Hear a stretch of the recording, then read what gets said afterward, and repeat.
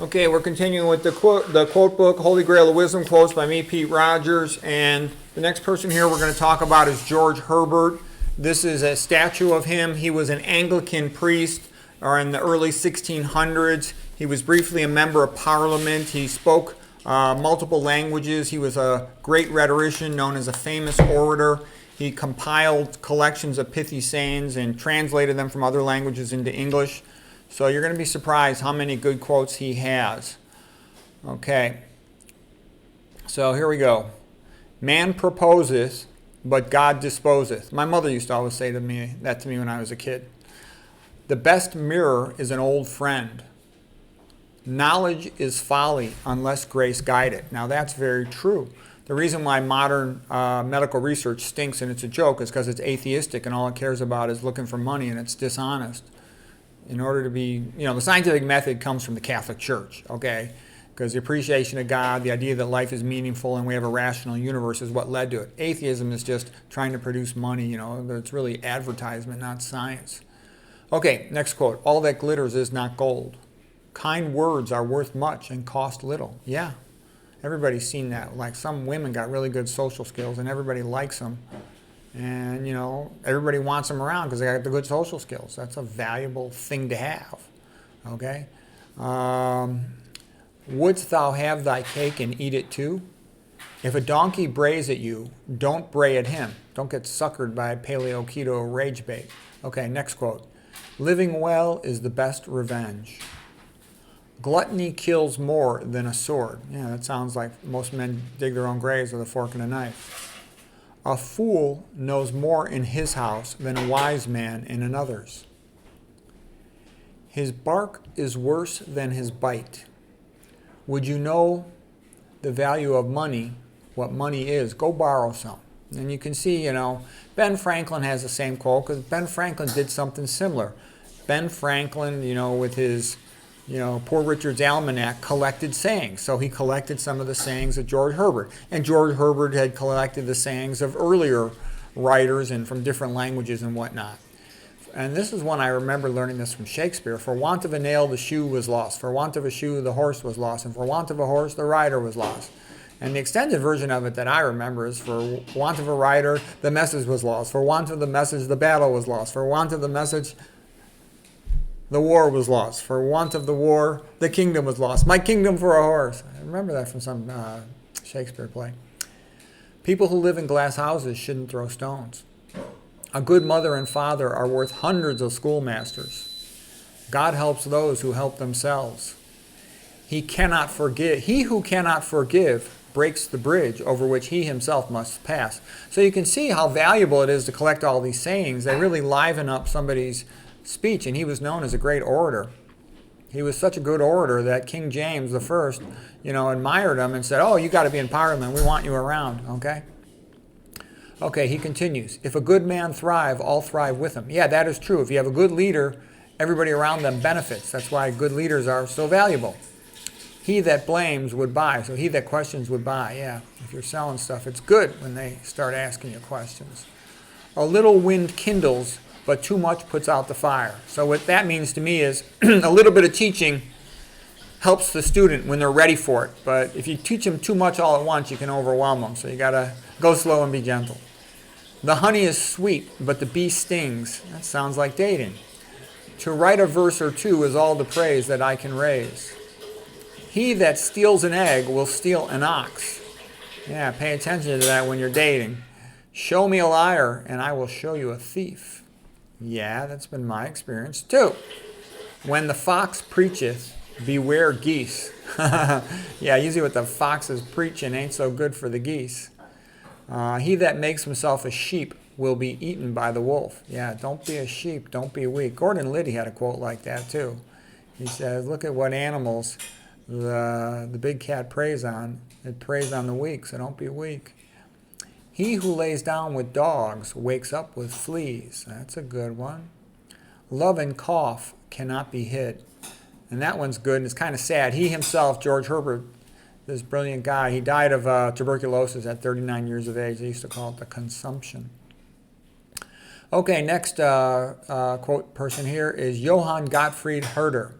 And he was a German poet, philosopher, literary critic. He sort of made some sense of the Sturm und Drang movement and had an influence on the young writer Goethe.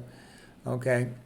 All right, so here he goes. Everyone loves his own country, language, wife, and children, not because they are the best in the world, but because they are his established property, and he loves in them himself and the labor he has bestowed upon them. Okay, now that's an important point. Every culture thinks its own culture is the best because it was raised in that culture, and it has happy memories of childhood. Okay, so that is normal. And that's why, if a purple person loves purple people, that's normal. That's what they grew up around. That's what they're used to since birth. And so it's normal for a black person to love black people the most, a white person to love white people the most, a yellow person to love yellow people the most, a red person to love red people the most. It's normal. That's completely normal. It's always been that way in every culture since the beginning of the world.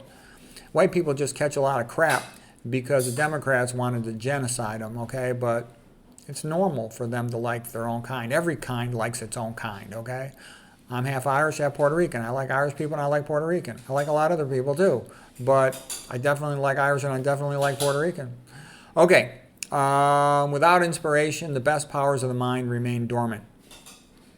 There is a fuel in us which needs to be ignited with sparks. Oh yeah, I think there's tons of really smart people that never develop their potential, hardly at all. First of all, the school tries to destroy them.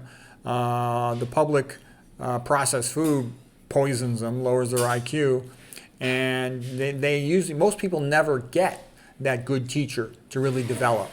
And you need Christianity. Christianity really develops people too. It gives them hope and inspiration. Like the most valuable course I ever took in my whole life, I think, was freshman year at Stanford, the Western Civilization course called Western Civ for the entire year. Because that's where I got to read all these great books, and it inspired me. I didn't have time to fully understand them when I was a young guy, but I went back to them and read them all and had courses in all of them and developed a much deeper understanding of them. Okay, let's see what else he says. We live in a world that we ourselves create. No one is in his age alone. He builds on the preceding one. Yeah, all great writers in the Western Christian tradition, they read the earlier authors and then they build on it something new. Tell me, O wise man, how hast thou come to know so much? And the wise man answers by asking those who knew. Yeah, you got to study the old timers. And it's like what Schopenhauer had said. Most of the knowledge of the world, it is in books. So if you want to become a knowledgeable person, you have to read books. There's no way around that. That's where the information is. Okay, Jesus Christ is in the noblest and most perfect sense the realized ideal of humanity. Yeah, he's the best a person could be because he was perfect. He was God. Okay, just a few quotes about heresy. Erasmus. By labeling the new learning as heresy, they make orthodoxy synonymous with ignorance. Many times what cannot be refuted by arguments can be parried by laughter. George Orwell from 1984. The heresy of heresies was common sense. The party told you to reject the evidence of your eyes and ears. It was their final and most essential command. Yeah, it's BS when somebody tells you something and you could feel it in your gut that it's not true. You've seen evidence it's not true, and you've heard evidence from reliable sources it's not true. That means it's not true. Okay. George Orwell, when dogma is contradicted, the established label it as heresy and claim the speaker has bad motives. Right, so when somebody knows you're wrong, they can't prove you're wrong, so then they demonize you. You're a racist, you're a denier, you're evil. It's like, screw you, It's always, big money pushing down on the pros, trying to say, you must agree to what we tell you to know. It's like, fuck off, The party's not always right. The party's pretty much always wrong. What does it want? It wants genocide of Christians, and we don't want that. The Lutheran heresy was to say that salvation is based on faith alone. Sola fide, sola biblia, sola gratia. That's Luther, okay? The Pelagian heresy was to say that salvation could be based on works alone. No, it should be both, okay? Book of James, etc. We're not going to get any more into that. Okay, now we're going to do The Cave in the Light. This is the best philosophy book ever written. It's written by Arthur Herman. And he basically puts two contrasting parameters up there. There's Plato, the great ancient Greek philosopher who wrote the Republic. And here is Aristotle. Plato is pointing up to the sky, his idea of the perfect forms. And his thoughts and concepts were very strongly incorporated into Christianity, especially the strain that has become Protestantism. Aristotle's way of thinking was strongly incorporated into the Catholic Church. It was the foundation of the school system for over 1,000 years. And Aristotle, in my opinion, is a much better philosopher than Plato. Aristotle was also a biologist. He's actually pointing down to the ground and emphasizing what we can figure out from looking at the world ourselves objectively. Okay, so here we go with a couple quotes from Arthur Herman in his summary of the history of philosophy. He said, Cicero saw Plato and Aristotle as the two fountainheads of Western reason, the intellectual co-equals who summed up the entire scope of human knowledge. Yeah, and so you've got to remember, Plato was older than Aristotle. Plato had seen the loss of Athens to Sparta, and he was very sad and upset about it. And that's why Plato had some favoritism of collectivism, because he saw that Sparta had been able to defeat Athens, whereas Aristotle was much more a proponent of individualism. And that's why Ayn Rand and myself love Aristotle, and we're not that big a fan of Plato, even though Plato was a great genius. Cicero was raised by Greek tutors. Cicero hoped that Aristotle's teaching could educate men to save the Republic. Notice that Cicero favored Aristotle as well. Cicero wanted to favor the Roman Republic. Rome had begun as a monarchy, let's call that the beginning 500 years. Then it was a republic, about, let's say, 500 years. Then, when Cicero died, so did the last hopes of saving the Republic, and it became an empire shortly after that, run by Augustus, the first of the emperors. Socrates was put to death by the new ruling group in Athens in 399 BC, and his real crime had been for daring to think for himself and convincing others to do the same. Socrates said to Glaucon, if anyone tried to release people and lead them up out of the cave, they would try to kill him. Yep, because the rulers, they want the people to stay in Plato's cave. It's the allegory of people, most of them being chumps, fooled by whatever nonsense is told to them by the storytellers that control the society. Whereas to see the truth, you must climb out of the cave, look with your own eyes, and think for yourself. The bitter truth is that most people prefer to live their life in the cave. They even get mad at you, furious, when someone challenges their fondest illusions. Socrates was Plato's mentor and role model, yet Plato himself never appears in any of the dialogues. The 28 dialogues are Plato's tribute to his dead friend and teacher, Socrates. Each set is organized like a play. That's partly why it's so entertaining. Plato had wanted to be a playwright. He failed as a playwright. He couldn't compete with the other great playwrights of ancient Greece like Aeschylus, Euripides, Aristophanes, and Sophocles. But when he used that method to write philosophy, it was magnificent. It makes the dialogues fun to read. And it's almost like Socrates is this intellectual superhero. And part of what Plato was getting at is he wanted Athens to have a new type of hero. Instead of being, a macho man who was kind of violent and reactive like Achilles, or even the, much more clever and thoughtful Odysseus, who still was primarily a physical hero, he wanted an intellectual hero, and that was Socrates. And he also was in the process of vindicating Socrates, who had been unfairly put to death in 399 BC. The Socratic method entails going through question after question, thorough questioning, and applying reason to the answers. Later, Plato elaborated this into a formal procedure called the dialectic. So the dialectic is basically to examine an issue from multiple different points of view and to honestly try to mention the pros and cons of each one until you come up with what's the most accurate way to perceive the situation. And this, of course, is reminiscent of Hegel's dialogue, Hegel's synthesis. So Hegel's synthesis means you take a thesis, the first idea, and then the second idea, we'll call it the antithesis, the opposite, and then you come up with a third perspective on it called a synthesis. Syn means to put together, like to synchronize your watches. When one tries to get at what each thing is in and of itself, Plato has Socrates saying in the Republic, by asking inconvenient questions and sifting through the answers and relying on reason without any aid from the senses, then he has mastered the dialectic. He will stand at the summit of the intellectual realm. And just like the man who stood on the mountaintop after escaping from the cave and saw the sun, he will see the good in itself, and by an act of pure thought, he will know the truth, and he will be prepared to act on it. He will be ready to change the world in the light of truth and a higher reality. And to some extent, that's what I was trying to do when I was studying basic diseases. I was pissed off, I was fat, my parents were sick, and I started asking myself the basic questions. What causes obesity? What causes diabetes? What causes hypertension? What causes atherosclerosis? And just following the books down that path from all the different sources, conventional medicine, then the pathologists, then the nutrition people, and then I was able to put it together and it all made sense. But that's kind of that idea of going back to basics. Okay, the fate of Socrates proved to Plato that true knowledge lay permanently beyond the reach of the masses. Indeed, as he implied in the myth of the cave, they are instinctively hostile toward its devotees. Truth on Plato's terms is reserved for a tiny minority of those trained in the rigors of the dialectic and who are ready to make the same arduous climb up out of the cave. Yeah, it's like even when you tell all these fat, stupid, hypertensive diabetics the benefit of low-fat vegan, most of them won't do it. I'd say about 95% won't do it. Esselstyn had 89% compliance, but that's because they had already made up their minds to go for it and went to him. Okay, now here's a beautiful painting. It's called Sadak in Search of the Waters of Forgetting by John Martin from 1812.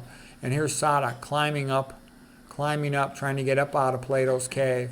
And this painting has just been described in several ways. Number one, like Prometheus trying to climb to the top of Mount Olympus to steal fire to help the mortals. Number two, climbing out of Plato's cave. Okay, and there's also a third story, but we're not going to go into that one. All right, whereas Aristotle viewed Athens as a model example of what was possible for a city, Plato preferred Sparta. Aristotle was the first to use the observation that ships sailing out to sea seemed to vanish over the horizon, hull first, and then mass, and to draw a far-reaching conclusion that the earth must be round.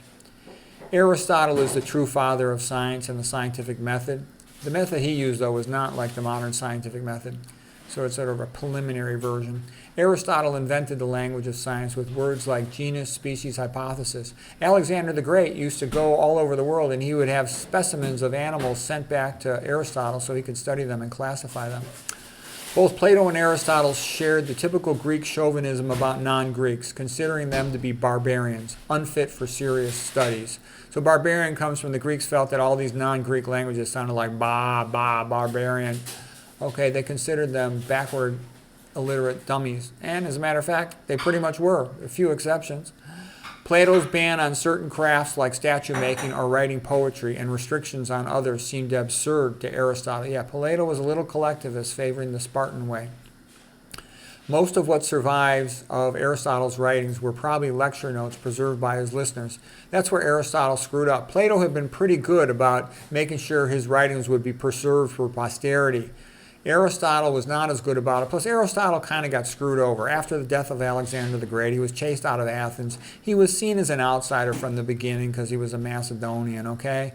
So there was always some resentment towards him. And when he no longer had the life of Aristotle the Great out there, his friend and protector, his position became weak in Athens. And so he fled, and his books weren't well preserved, and it's kind of sad because even with the little we have as lecture notes, he was a great, great genius, a lot smarter than Plato, actually.